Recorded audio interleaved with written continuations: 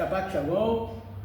Vamos agora fazer a leitura da Parashá nesse Shabbat de hoje. Shabbat muito importante também. O segundo Shabbat após Shabiav. Também são as Parashás, são parashot de consolo. E nós vamos aqui fazer a leitura do que começamos essa semana, a leitura da Parashá Ekev. A Parashá Ekev, nós começamos a fazer a leitura e hoje vamos ler a sexta leitura, a sexta aliada. E estou aqui com o Rumash Dutnik e tem algumas explicações aqui dentro do seu Rumash. Vamos lá, gente, a leitura. A leitura começa assim, capítulo 11, versículo 10. Diz assim: atributos da terra de Israel. Pois a terra para a qual você está indo tomar posse não é ruim, como a terra do Egito, de onde para vocês saíram, onde você plantava sua semente para a água tinha que carregar baldes do Nilo a pé, como cuidando de um jardim de vegetais. Não a terra que vocês estão prestes a atravessar para adquirir é uma terra de montanhas cultiváveis e planícies, é aguada pela chuva dos céus, uma terra que o Eterno, seu Deus, cuida e os olhos do Eterno, Todo-Poderoso, estão continuamente sobre ela, desde o princípio do ano até o final do ano. Então a ira,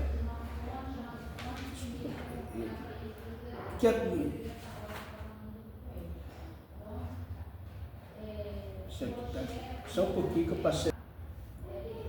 O que acontecerá se vocês sempre escutarem os meus mandamentos que eu ordeno a vocês, considerando como se tivesse ouvido hoje, e vocês cumprirem, não para cometer ganhos pessoais, mas sim por amar o Eterno, seu Deus, e vocês o servirem em prece, e com uma comunidade, vocês servirem com todo o seu coração, com toda a sua alma. Então darei chuvas precoces e as tardias de sua terra, no tempo apropriado. E vocês e não seus inimigos juntarão seu grão e vinho e óleo. Eu proverei grama em seu campo para seu rebanho, para que você não tenha que levá-lo para longe para pastar. Quando você comerá e você saciará, mas quando estiver no estado de saciedade, cuide-se para que seus corações não sejam levados para longe da Torá, fazendo com que você se desvie e idolatre outros deuses estranhos e se prostre diante deles. Então a ira de Deus se acenderá contra vocês, ele fechará os céus e não haverá mais chuva, o solo não produzirá seus frutos, vocês perecerão rapidamente da boca da boa terra que Deus está lhes dando. Mesmo depois que vocês irem para o exílio, vocês continuarão a colocar estas minhas palavras sobre o seu coração e sua alma. Vocês as atarão como sinal de sua mão, e elas serão toda forte entre seus olhos. Desde a infância, vocês ensinaram estas palavras aos seus filhos, para que eles se acostumem a falar sobre elas, quando você se sentar em sua casa. E quando andar no seu caminho, e quando se deitar à noite, e quando você se levantar pela manhã, vocês a escreverão nos umbrais de suas casas, em seus portões públicos. Tudo isto para que seus dias e os dias de seus filhos sejam prolongados na terra que Deus jurou a dar a seus antepassados, enquanto os céus estiverem sobre a terra. Então está aqui, gente, a sexta leitura da Parashá. Nós lemos do capítulo 11, a partir do versículo 10. E aqui, gente, tem um comentário interessante, uma questão que está numa Sirá do Rebbe de Lubavitch. E nessa Sirá diz assim: os olhos de Deus Todo-Poderoso estão sobre ela. Vocês podem ver o versículo 12. Versículo 12 diz assim: uma terra que o Eterno, seu Deus, cuida, e os olhos do Eterno Todo-Poderoso estão continuamente sobre ela, desde o princípio do ano até o fim do ano. O Rebbe de Lubavitch, uma das outras, ele diz assim: vários judeus, inclusive judeus observantes, tendem naturalmente a ver todas as boas qualidades de Eretz Israel, que é de fato uma terra desejável e boa.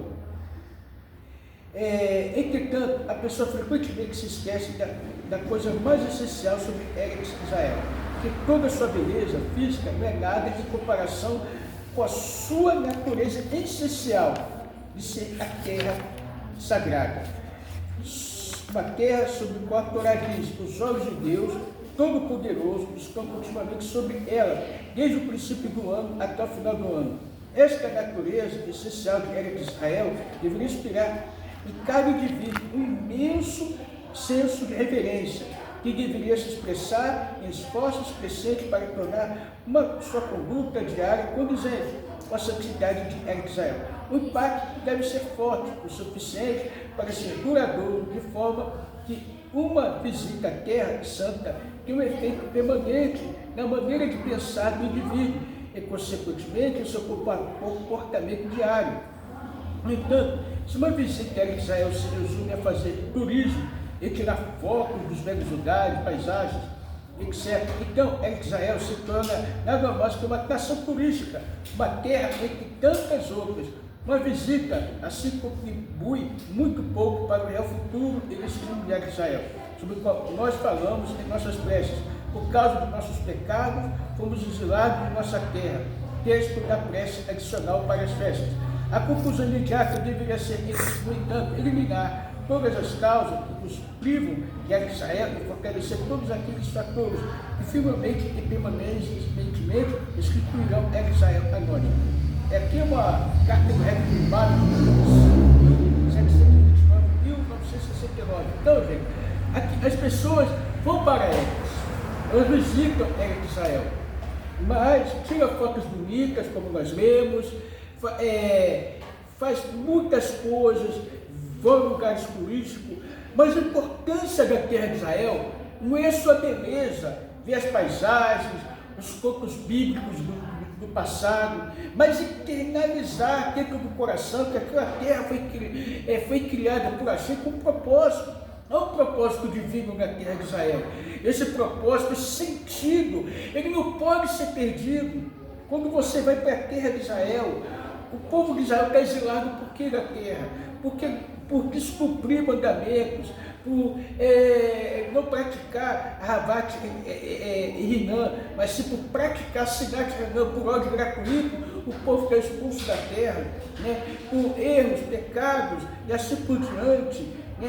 O povo foi exilado, conforme foi falado na boca de Moshe Rabbeinu. Vocês vão ser exilados se vocês não guardarem os preceitos, os mandamentos, os estatutos, vocês vão para o exílio. Ainda que no fim dos dias vocês voltem nessa paraxá Ekev aqui, Ekev quer dizer, pode ser o calcanhar também, porque a palavra Ekev está ligada ao calcanhar, está ligado o quê?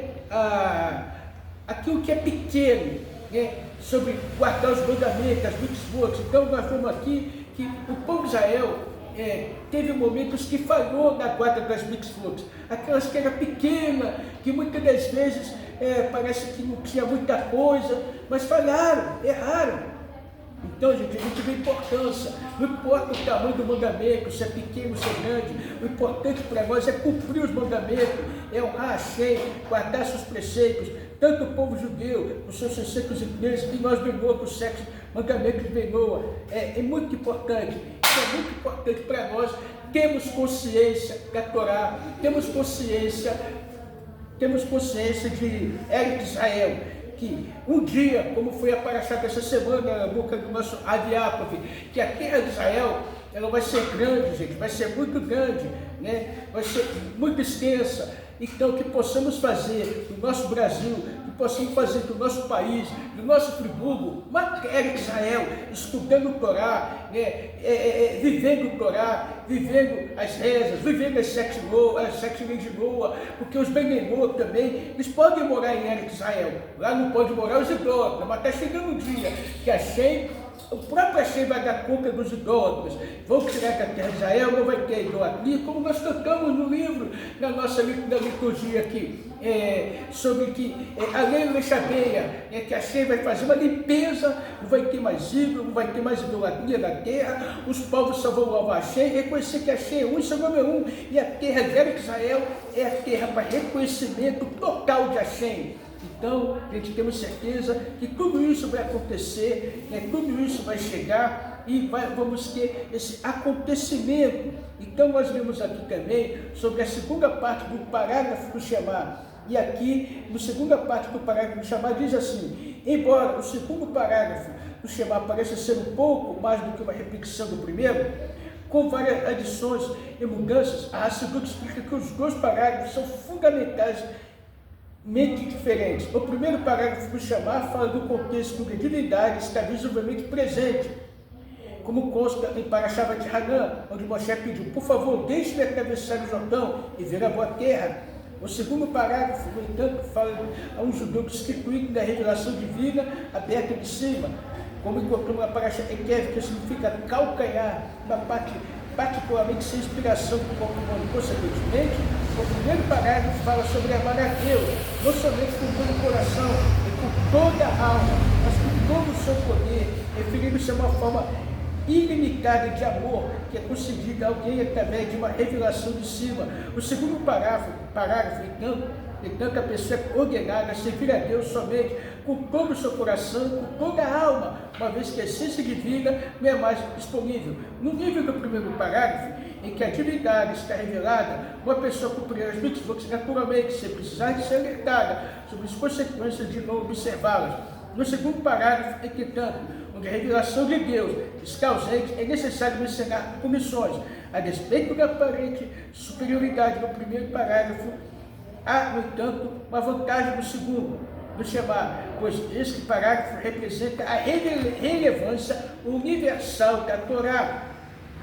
Em todas as épocas e circunstâncias, mesmo quando a revelação divina está ausente, portanto, Rashi enfatiza aqui que a Torá é relevante não somente para aqueles capazes de estudá-la, mas também assim que a criança começa a falar, ensine a Torá para ela. Então a Torá é relevante para adultos e até para as crianças que estão começando. É importante, gente, nós dedicarmos ao estudo, da Torá, não só para adultos, mas para as crianças também. Então está aqui a Parashá, gente, tem aqui a sabedoria do dia, ao qual nós vamos falar aqui, Deus, duas formas de amar a Deus.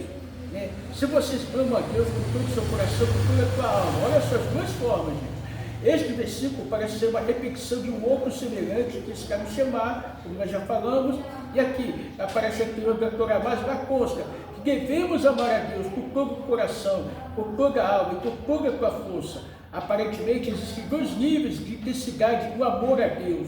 Um que inclui o amar a Deus por toda a nossa força, ou seja, elevando-nos constantemente por cima do que nos consideramos racional ou sequer possível. E o outro no versículo acima, onde não consta que devemos amá-lo por toda a nossa força. Isto porque nós somos todos iguais. Alguns de nós podem manter a consciência constantemente da presença de Deus em suas vidas e que inspiraram a amá-lo por toda a força, nossa força, enquanto os outros não conseguem essa idêntica constância. Contudo, até mesmo aqueles de nós que servem a Deus apenas com todo o nosso coração, com toda a nossa alma, de forma contínua em algumas ocasiões, podem chegar a servir com toda a nossa força.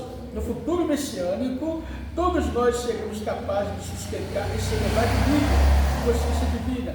É por esta razão que ambos os versículos e as duas versões de nosso amor a Deus foram incluídos no texto de nossas orações cotidianas. Então, gente, duas formas de amar a Deus aqui nessa Parashá, está escrita, como nós vemos, com todo o coração, com toda a alma. Então, que possamos assim, o coração é a fonte das emoções, é isso? A alma, ela tem os seus níveis, Nefesh, Neshama, Nefesh, Rua, Neshama. Nós sabemos que o coração é a parte que fica o Ruach, e a alma tem seus compartimentos. Então que possamos servir com toda a força, com todo o nosso ser, com toda a nossa vida, para trazer o quê? Mais luz para esse mundo, mais energia positiva para esse mundo, num mundo tão cheio de energia negativa, no mundo em que nós estamos vivendo, cheio de aversões e cheio de inversões de valores, um mundo de valores invertidos, onde você praticar o errado, você é aplaudido por todo mundo, onde praticar o certo, você passa a ser uma pessoa etnógrafa, uma pessoa encarregada, uma pessoa antiquada, uma pessoa que está vivendo a era moderna do século XXI. Mas a Torá, as 7 leis, ela foi dada para todo instante, para todo momento.